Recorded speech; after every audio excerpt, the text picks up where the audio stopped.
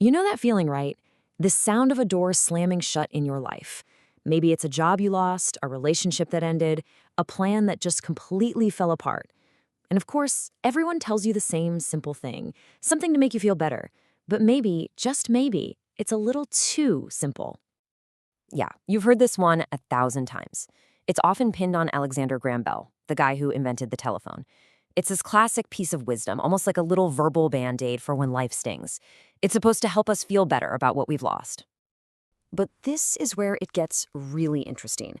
What if the real magic of this quote isn't about finding the next open door? What if it's actually a warning, tucked away in that second half? And what if the whole story behind this quote tells us something profound about how we really navigate our lives? So, before we can really get to the lesson here, we kind of have to unpack the legend. Let's take a quick look at the real journey of this famous saying. Well, it turns out this idea has been around for centuries. You can find little echoes of it in a Spanish book from the 1500s, and even in Don Quixote. Helen Keller wrote a beautiful version too.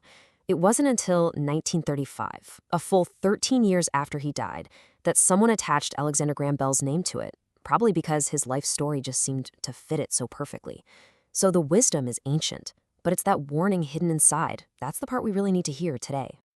And that brings us right to that part of the phrase we usually gloss over, that bit about looking so long and so regretfully upon the closed door. You know, that's not just pretty language. It's a perfect diagnosis of a very human problem, getting caught in the trap of regret. According to research from author Daniel Pink, regret isn't just being sad or disappointed. No, it's this uniquely powerful feeling because it involves us. It's about a choice we made, or maybe more importantly, a choice we failed to make. It's that gnawing, if only feeling that can leave us completely paralyzed, just staring at that closed door. And these regrets, they usually fall into two big buckets. You've got your regrets of action. Those are the if only I hadn't done that moments, the mistakes we made. But then there are the regrets of inaction. These are the if only I had done that moments, the chances we never took. And, well, it turns out one of these haunts us a whole lot more than the other. You see, researchers have found this absolutely startling pattern. As we get older, our regrets of inaction, the things we didn't do, start to outnumber the regrets of action by a staggering ratio of 2 to 1. So here's the really crucial part. When we're young, our regrets are a pretty even split.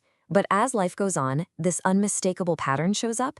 The things that really stick with us, the regrets that keep us staring at that slammed door, are almost always the chances we let just drift away. The business we only ever dreamed about starting, the person we were too scared to ask out, that trip we always said we'd take one day. Those are the ghosts that tend to linger. And this brings us right back around to Alexander Graham Bell. Because even if he never said those famous words, his life is the perfect roadmap for how to escape this trap. He was a true master of navigating that space between the doors. He seemed to just get it. Failures and setbacks, they aren't the end of the road. They're just transitions. They are that long, sometimes pretty difficult hallway that connects one opportunity to the next. His entire life was defined by his ability to turn away from a closed door and start relentlessly looking for the next one. I mean, just look at this journey. His obsession with sound was actually born from the ultimate closed door, the world of silence that his mother and his wife lived in. And the telephone? That wasn't some single flash of genius. It came after years of closed doors, failed inventions, money troubles, even people making fun of him. He even beat his rival to the patent office by just a few hours.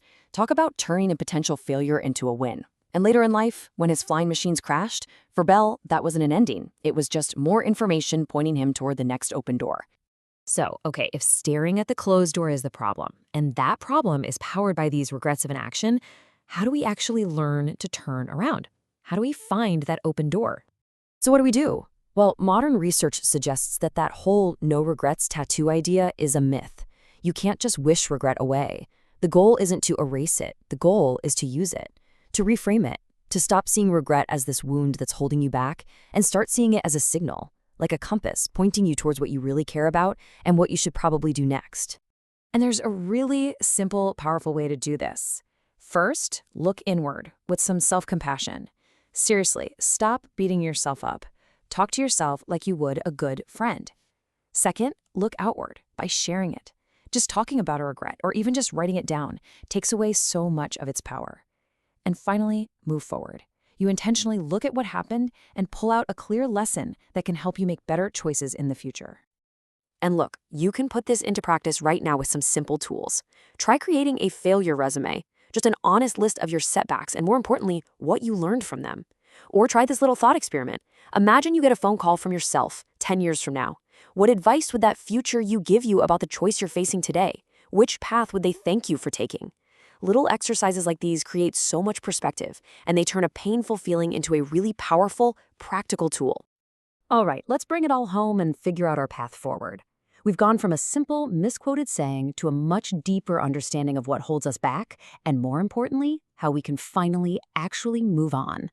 So, our journey started with what we thought was just a nice, optimistic quote, but the reality is a much deeper lesson about the paralyzing power of regret, especially the regret over the chances we didn't take. And the path forward? It's about stopping this war with regret and instead starting to use it as our guide, a compass that helps us turn away from the past and choose our next door a little more wisely. And really, that's the simple, powerful truth at the heart of all this. Life is going to close doors on you. That is a guarantee. But where you decide to fix your gaze, whether you're going to stare regretfully at the door that just shut or turn to face the hallway full of new possibilities, well, that choice is and always will be yours to make. I want to leave you with this final thought from the poet Rumi. We so often think of ourselves as the lock on the door, right? The obstacle, the very reason it's stuck. But what if we've had the key in our pocket this whole time? So, what new door will you choose to open?